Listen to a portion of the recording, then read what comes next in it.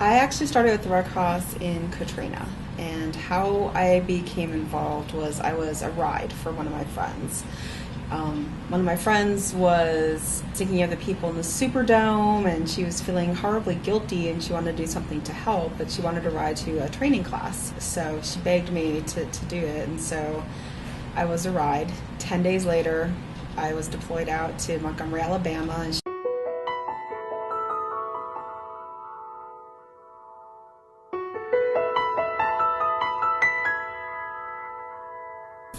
cars, houses, people's lives were washed up onto the beach in Hurricane Sandy. And the one thing I noticed is that everywhere that I went, in all those different areas, all those people felt like they were the ones that were forgotten about.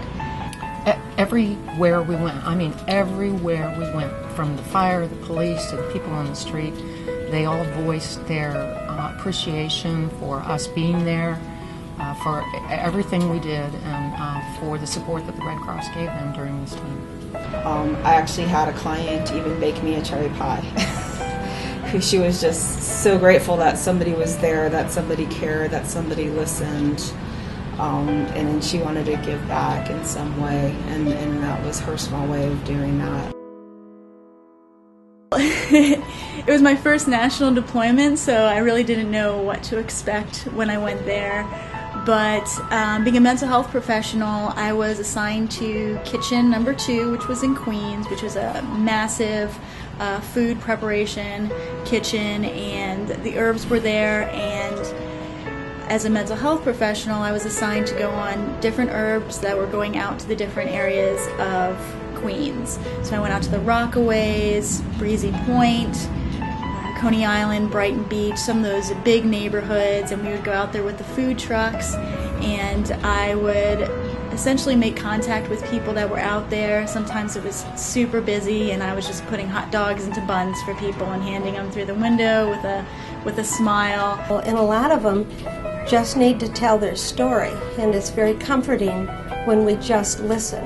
And I found that that's one of the most important things that we really do on deployment, is listen to the people that have been through a disaster and add some comfort to that. Well, Boston was it was pretty unique. It was the most different deployment I've ever been on. We weren't setting up a shelter. We weren't doing the usual things you do when you go on deployment. We were more into the psychological aspect of it. We had a lot of counselors deployed with us, and then the nurses were there. We supported memorial services. We supported the police and fire because they were all involved in the chase that happened. So our job was to basically go to all 4 of the different kitchens in New York and talk to the herb drivers about how to use this new smartphone app that would allow people to track where the herbs were so that they could go and get their meals and other supplies that were needed. We also got the opportunity, as we were teaching the herb drivers how to use this app, to actually go out ourselves on the herbs and assist with feeding.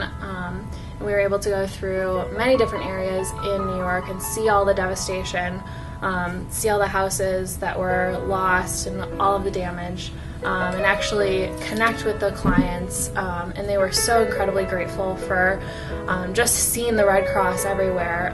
Every time we saw someone, they thanked us and hugged us, and we're so appreciative.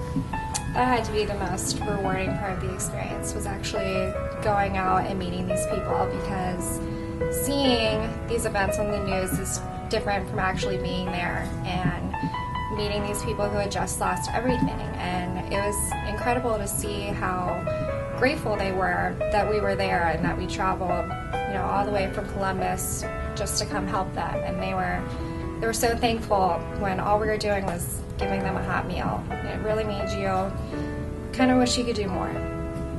But I had people break down and cry. And they told me that they were so appreciative of us being there, and that we came from our homes. We left our homes to come and help support them. So it was pretty emotional. They always looked on the side of the herb truck to see where the herbs were coming from. And so once people got familiarized that people came from all over, they just couldn't believe, like, you're from Ohio? You came here to help us? And that was amazing to them. They just couldn't believe that we would give up our lives and just come out and serve them food or talk to them or give them a hug, whatever it was needed. I also believed that as one person, I couldn't make a difference. I was wrong. But feeding 60,000 people a day, helping to restore lives of hundreds of people that were displaced from their homes as their homes were destroyed by Hurricane Sandy. They were in hotels, not for a long weekend, not for enjoyment. They were there for months with no refrigerator, nowhere to prepare food, with all of their belongings that they could get out of their home up against the walls in their hotel rooms. The kids didn't have anywhere to play. They were still trying to get to school. It was the most amazing experience. I would say to the donors a huge thank you. And that's about thank you, thank you, thank you, because that makes our job possible. We were able to do that, but only able to do that because people paid attention, people cared. Others were able to donate money, and the money that was raised, 91 cents of every dollar going to this disaster relief and other disaster reliefs, multiple disasters that happen every day and every week with the Red Cross. I don't know whether it was more powerful helping to raise the funds and finding the people that could give, or helping to distribute those funds for the people that needed it most. At every level, it's rewarding.